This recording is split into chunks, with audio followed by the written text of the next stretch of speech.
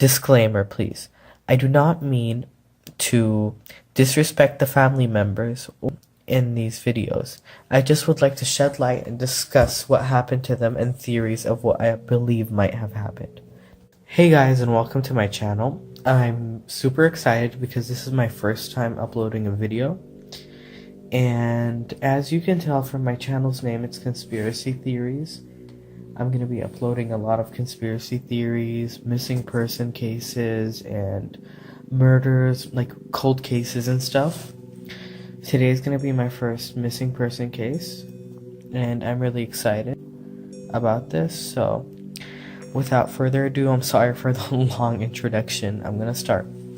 Today's case is about Johnny Gosch. Sadly, Johnny Gosch has been missing for 34 years. So here's a story. Johnny Gosch was a 12-year-old boy. He lived in the suburb of West Des Moines. I hope I'm pronouncing all of this correctly. And he was a paper boy. So, on a Saturday morning before sunrise, Johnny got ready to go on his paper delivery route.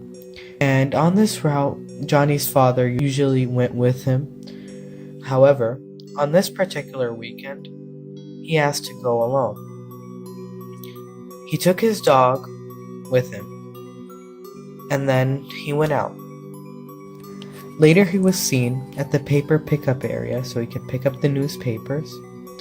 And then, a neighbor named Mike reported that he had seen Gosch talking to a strange man in a blue two-toned Ford Fairmont with Nebraska plates. Mike did not know what they were talking about because he was looking at them from his bedroom window. As Gosch headed home, Mike noticed another man following him. And after that, he has never been seen since. The people that were waiting for their papers were worried when they didn't receive their papers, obviously.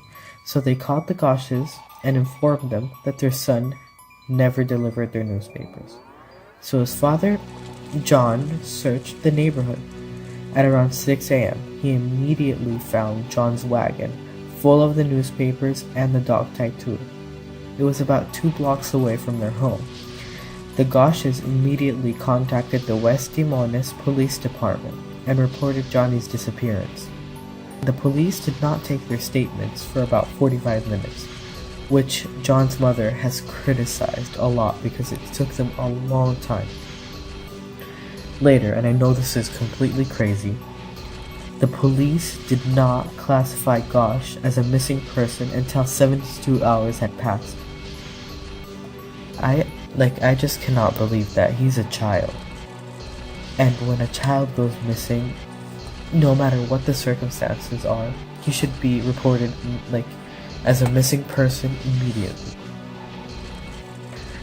At first, the police thought that Gosch had run away, but after a while, police came to believe that Gosch was kidnapped, but they were unable to establish a viable motive. They turned up little evidence and arrested no suspects in connections with the case. A few months after his September 1982 disappearance, Noreen Gosch, his mother, has said her son was spotted in Oklahoma when a boy yelled to a woman for help before being dragged off by 2 men.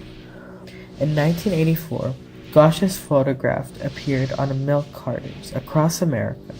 They were the second and third abducted children to have their pictures publicized in this way.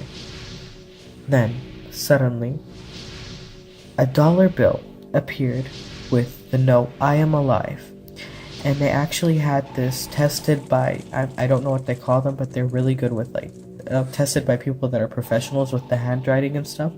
And they confirmed that this was a match with Gosch's handwriting, Johnny Gosch's handwriting.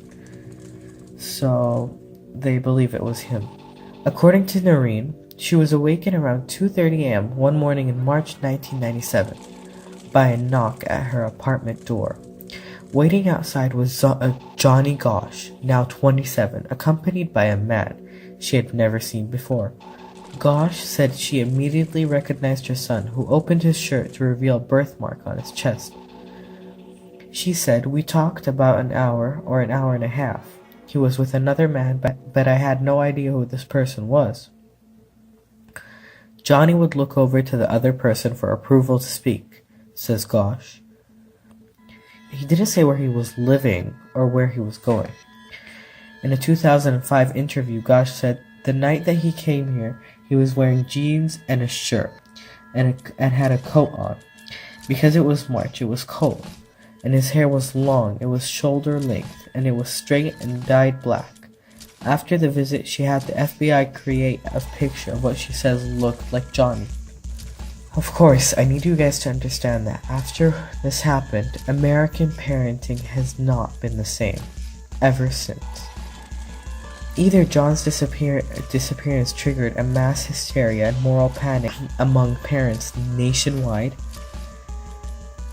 This was because if a child could disappear without a trace in a place as unremarkable and safe as Des Moines, Iowa, then any parent anywhere could lose their child in a blink of an eye. The abduction marked the advent of stranger danger, and in the aftermath, a story would unfold.